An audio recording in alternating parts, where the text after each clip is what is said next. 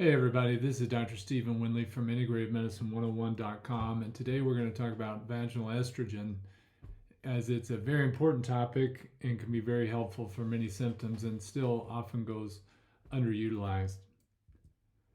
So we talk about this in regard to certain symptoms of menopause, especially vaginal dryness and pain with intercourse, and then bladder infections. And this is the one that will oftentimes bring the issue bring patients coming into the doctor's office, is they may be getting recurrent bladder infections, which require more and more antibiotics, and some can eventually be serious or develop some antibiotic resistance.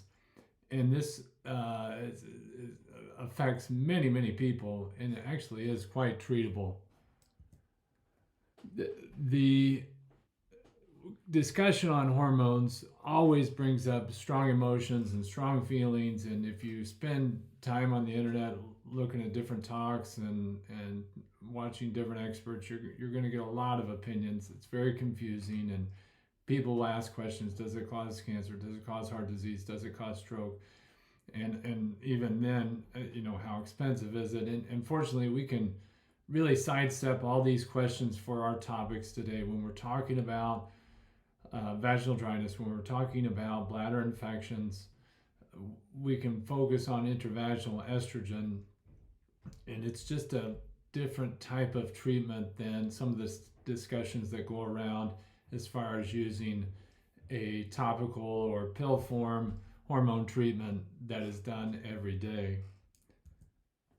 And there is good news. That is the good news with this is, one, it's very effective. It's very effective to help the vaginal dryness, to really prevent the bladder infections, and that's why I see it so important with my patients. It can be very helpful to prevent pain with intercourse.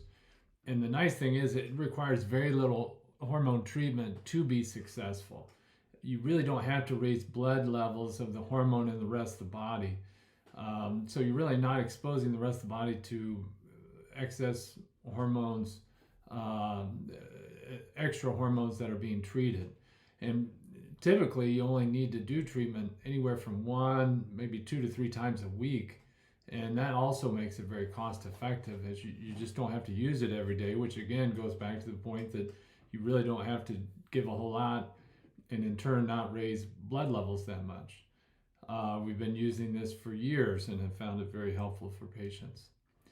Of course, the other question then is it safe as we suggest this? Or do we have confidence that this is not going to cause harm? And again, because you're using such a low dose and it's being used in the local vaginal tissue, you're really not sending it throughout the rest of the body, and therefore the side effect profile is very good. I've got some references on the next slide, but they've shown that it's really not linked to heart disease or stroke, of course, which is very important.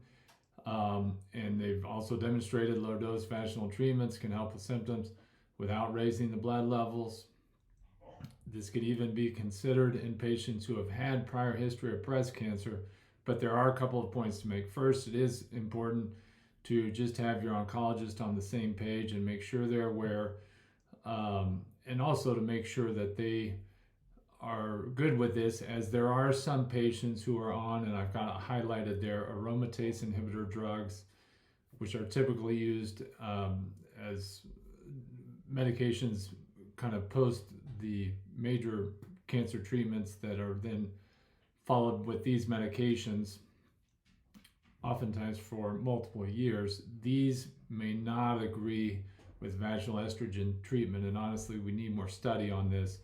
But for now, patients who are on long-term treatment with the aromatase inhibitor drugs really need to speak with their oncologist first before they would do anything in this category.